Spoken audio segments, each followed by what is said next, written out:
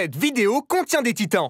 Et un peu de spoil aussi. Et si c'était Erwin qui avait survécu à la place d'Armin? C'est la question que je me suis posée. Alors j'ai commencé à réfléchir à une histoire. Et je me suis dit que ça ferait un super sujet de vidéo. Mais je me suis pas arrêté là. J'ai commencé à faire le visuel du manga. Comment j'ai fait? Je sais pas dessiner, mais par contre je suis débrouillard. Donc ce que j'ai fait, c'est que je suis allé sur Photoshop. Donc j'ai téléchargé les pages les plus intéressantes du manga, un peu de bidouille, quelques fanarts, et voici le résultat. D'ailleurs, je n'ai pas fait ce what if dans le but de refaire l'histoire des SNK.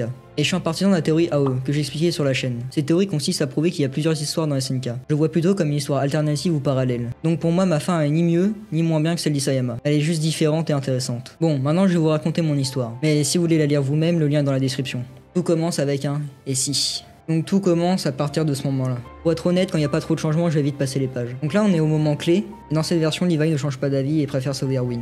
Donc là, comme vous pouvez le voir, Erwin en titan, Gob Bertholdt. Bon, là vraiment, la qualité est éclatée. Franchement, il y a des moments je peux pas faire mieux. Après, je vous rappelle, j'ai pas de talent de dessinateur, donc j'ai pas pu redessiner les scènes qui me manquaient. Dites-vous, c'est qu'avec du bidouillage, c'est soit avec un peu de chance des fans qui ont déjà dessiné les pages qu'il me fallait, ou soit beaucoup de bidouilles sur Photoshop. Là, par exemple, c'est beaucoup de bidouilles sur Photoshop, mais je pouvais pas faire mieux, désolé. Donc là, c'est Mikasa qui se rend sur la tombe d'Armin. C'est elle qui a voulu l'enterrer à cet endroit-là, car c'était l'endroit dans lequel ils s'amusaient quand ils étaient enfants. Donc comme vous pouvez le voir, elle est beaucoup attristée et elle reste sur la tombe d'Armin très longtemps après. Donc là, Eren qui est à ses côtés. Pour Eren, Armin était aussi un ami d'enfance. Et ça l'a profondément touché. La fameuse scène de la cave où il découvre tous les secrets, Erwin est bien présent cette fois-ci. Levi qui demande à Erwin s'il est content. Et Erwin lui répond oui. Après toutes les révélations, Erwin a un flashback de son père, car son père avait bien des doutes sur l'existence d'un monde extramural. Et Erwin repense à tous ses soldats morts, mais au moins ils ne sont pas morts en vain. La fameuse scène de la mer. Eren qui demande est-ce qu'on obtiendra la liberté, et cette fois-ci il y a quelqu'un pour lui répondre. Erwin, je l'espère. Comme vous allez le voir, je me suis beaucoup amusé à remanier l'histoire, mais sans fondamentalement tout changer. Et je me suis dit c'était Erwin qui était venu rendre visite à Reiner, et pas Eren. Donc cette fois-ci, c'est directement Erwin qui va se rendre sur Revelio. Erwin s'apprête à commettre l'irréparable. Shinzo Sasageo. Et Erwin, le titan colossal, s'abat sur Revelio. Et tout le monde est choqué.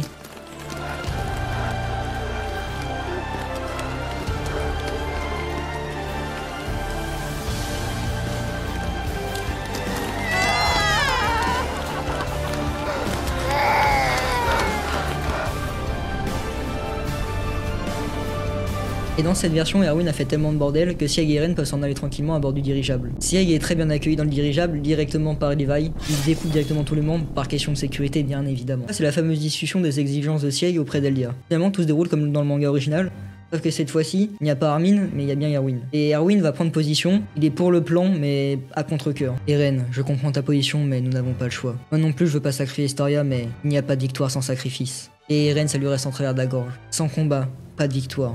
Alors bats-toi. Et donc là, on a deux visions opposées. Erwin, sans sacrifice, nulle victoire. Eren, sans combat, pas de victoire. C'est la fameuse issue entre Hanzi et Eren, sauf qu'il y a une deuxième partie. Nous, dès le départ, on le savait. On l'a vu dans tes yeux, quand tu parlais du plan de contrôle du grand terrassement.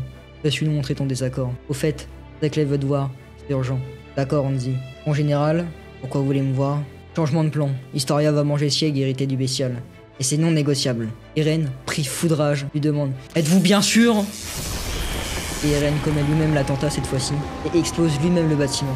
Eren qui commet l'attentat, et non les Pro-Jaeger. Eren va donc rejoindre les Pro-Jaeger, et va demander où est Sieg. Franchement, il n'y a aucun changement avec le manga original, parce que cette fois-ci, Levi va penser à Armin et pas à Erwin. Et sinon, tout se déroule comme dans le manga. On peut voir que là, Pix est bien infiltré à Paradis, comme dans le manga original. Sauf que dans cette version, Gabi et Falco ne sont pas montés à bord du dirigeable. Cette fois-ci, Pieck est seul. Mais la discussion finalement reste la même. C'est à partir de ce moment-là qu'il va commencer à y avoir quelques petites modifications. Pas de grands changements, mais des petites modifications, vous allez voir. Gabi et Falco arrivent à Paradis à bord du dirigeable. C'est là que Falco dit, c'est donc ça l'île du paradis, là où vivent les démons insulaires, ça ressemble à chez nous. Gabi, attends. Falco demande donc à Gabi, mais tu vas où? On peut trouver Sieg Geiger, ce sale traître d'Eldien qui s'est rallié à l'île du paradis. Il va le payer de sa vie. On n'en est pas sûr. Si, on le sait, notre chef nous a trahis. Sieg Geiger, tu vas mourir! Fait intéressant, j'ai voulu faire un parallèle entre Eren et Sieg, parce que dans la version originale du manga, c'est Eren qui commet l'attentat et donc Gabi est en colère après Eren Yeager. Parce que dans cette version, c'est Erwin qui a fait l'attentat et elle ne connaît pas Erwin. Par contre, elle sait que Sieg s'est en allé avec ses traîtres et du coup, c'est après Sieg Geiger qu'elle en a. Là, comme vous pouvez voir, du coup, Reiner arrive pour se transformer. Cette fois-ci, Lara Tybur s'incruste aussi dans le combat. Et oui, car elle n'est pas morte du coup à Revelio. Elle a pu se protéger dans son cocon cristal et a pu survivre. Et du coup, elle s'est ralliée aux guerriers marins. Et comme vous pouvez le voir, Eren se débrouille aussi bien que dans le manga alors qu'il y a quand même un ennemi de plus. Et ça, c'est parce que dans mon histoire, Eren est un peu plus badass. Comme dans le manga original, Sieg vient lui prêter main forte. Et donc là, j'ai rajouté une petite scène, franchement, j'en suis très fier. C'est un petit clin d'œil à la mort de Sacha dans le manga original, sauf que cette fois-ci, Sacha ne meurt pas. Le duel de sniper entre Sacha et Gabi. Donc là, c'est vraiment le bazar, comme vous pouvez le voir, mais finalement, tout le monde s'en sort. Avec moi, libérez le gaz! Et dans mon histoire, les Pro-Jaegers sont équipés de grenades à liquide cérébrospinal. Si du coup vous l'aurez compris, infectent tout le monde sans exception. J'ai bien dit tout le monde sans exception. Et malheureusement, Flock nous quitte sur ce move. Donc en vrai, là, pas de grand changement, le combat se passe plutôt normalement, sauf que bon, il y a Lara Tiber en plus, mais dans mon histoire, comme Eren est plus fort, on n'est plus un primordial de près avec Eren, tellement fort. Donc Sieg commence à inspirer pour lâcher son cri, Eren arrive à se libérer de son titan, et là Sieg crie. Attention, vous vous souvenez du gaz? Quand je vous dis qu'il a infecté tout le monde, sans exception, c'est bien tout le monde sans exception.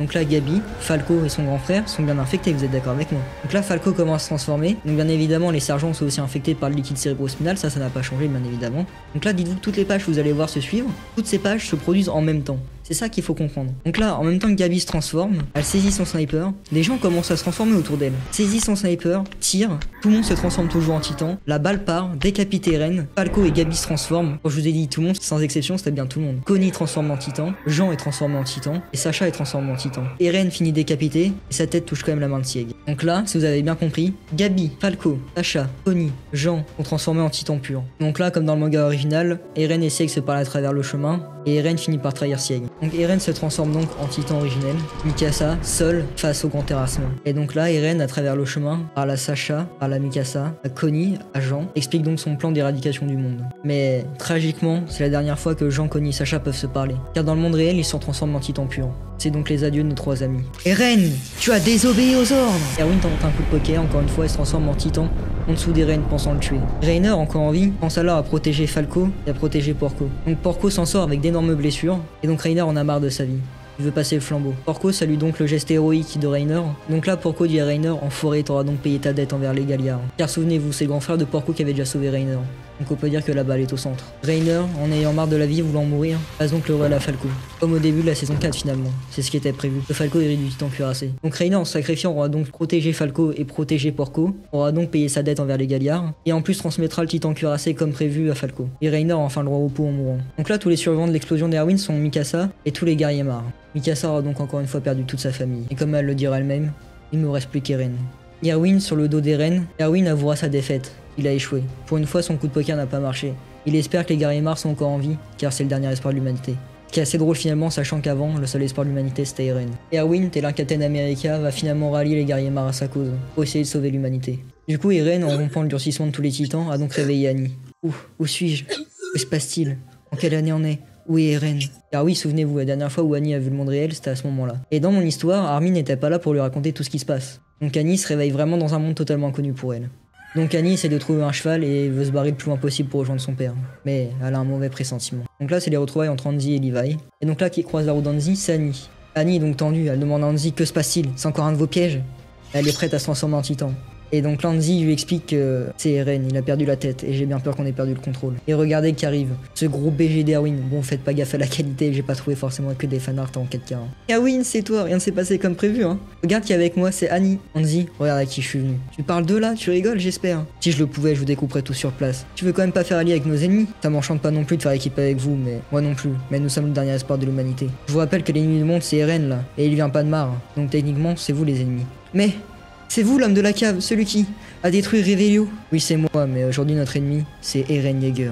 Hanzi, j'ai un plan. Honnêtement, je sais pas comment tu fais pour toujours avoir des idées, même quand c'est perdu d'avance. Demain matin, je vous porterai sur mon dos, depuis le port jusqu'à Mars. C'est donc ça vos plus grands stratèges de paradis? Moi, je pense que ça vaut le coup de tenter. On n'a pas d'autre choix. Je veux revoir mon père à tout prix. Et donc là, au petit matin, ils montent sur le dos d'Erwin transformé en titan colossal et avance direction Mars. Mais à 3/4 du chemin, malheureusement, Erwin avoue qu'il n'a plus d'énergie, qu'il est HS, il n'a pas assez d'énergie pour traverser l'océan. Et fait donc promettre à Levi de cette fois-ci tuer le bestial. Erwin propose donc à Falco de se transformer en titan pour protéger les autres et va les catapulter. Donc avec le peu de force qui lui reste à Erwin, ils ont quand même réussi à atteindre le continent Mars. Mais c'en est terminé pour Erwin. Il finira au fond de l'océan dans son titan. C'est la triste fin d'Erwin. Mais je me suis pas arrêté là, parce que ça motive Erwin, certes, mais j'ai voulu aller jusqu'au bout de mon idée un peu farfelue. Et vous allez voir, plus on avance, plus ça va partir en couille, mais qu'est-ce que c'est stylé. En arrivant sur le continent, Levi fait face à Mikasa. Et Mikasa lui dit qu'elle protégera Eren coûte que coûte, car c'est tout ce qui lui reste de sa famille. Et donc là, un combat mortel entre les deux Ackerman démarre. Vous allez me dire que c'est pas juste, car Levi est encore blessé. Mais je vous rappelle quand même que Mikasa a survécu à une explosion de titan colossale. Donc je pense que ça rééquilibre la balance. Désolé Mikasa, mais j'ai une promesse à tenir. Tu es Sieg. Dans ma version, Pieck arrive quand même à faire sauter la tête d'Eren. Mais comme vous le savez, la suite, Eren se transforme en titan colossal. Donc là, il reste Falco, Pieck, Lara Tiber, Galliard et Annie. Mikasa, tu es là?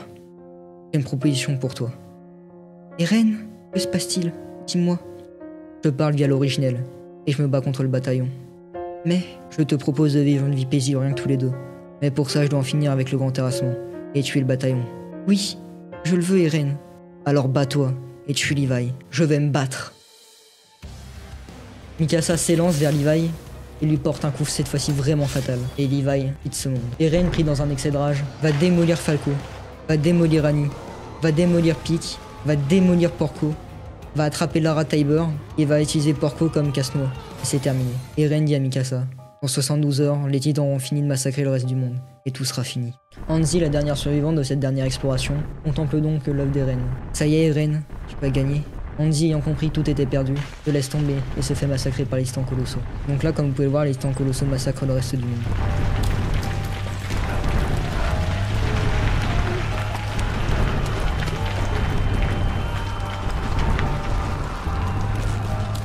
Eren met donc fin à la malédiction des titans, échange un regard avec Mikasa et lui annonce que tout est fini. Eren, tu es spécial à mes yeux. Ils s'embrassent et finissent en larmes. Eren prend Mikasa dans ses bras. Plus tard, comme vous pouvez le voir, Eren a un enfant avec Mikasa. Eren et Mikasa sont leurs parents d'un petit garçon. Eren annonce à son fils, tu es libre. Armin, j'aurais tellement voulu que tu vois notre fils. Eren adulte a entendu le souhait de Mikasa.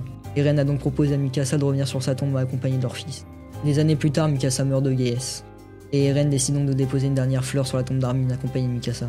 Eren, devenu vieux, devant la mer contemplant la liberté, dit « Armin, Mikasa, Connie, Jean, Sacha, Levi, Erwin, Hanzi, papa, maman, je vous aime. Je suis heureux, j'ai profité de ma vie avec Mikasa et j'ai eu un enfant. » Eren, vieillissant, contemple la liberté en face de lui.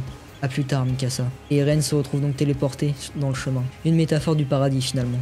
Et donc son fils, contemplant l'océan loin de son père, lui dit « A plus tard, papa. » Et donc voilà la fin. Merci à tous de m'avoir écouté. Moi j'ai pris beaucoup de plaisir à faire ce projet, même si ça m'a pris beaucoup de temps. J'aime beaucoup cette fin où Mikasa et Eren ont le droit au bonheur, mais c'est pas vraiment une happy ending car le reste du monde est mort. Et encore une fois, tout n'est qu'une question de point de vue.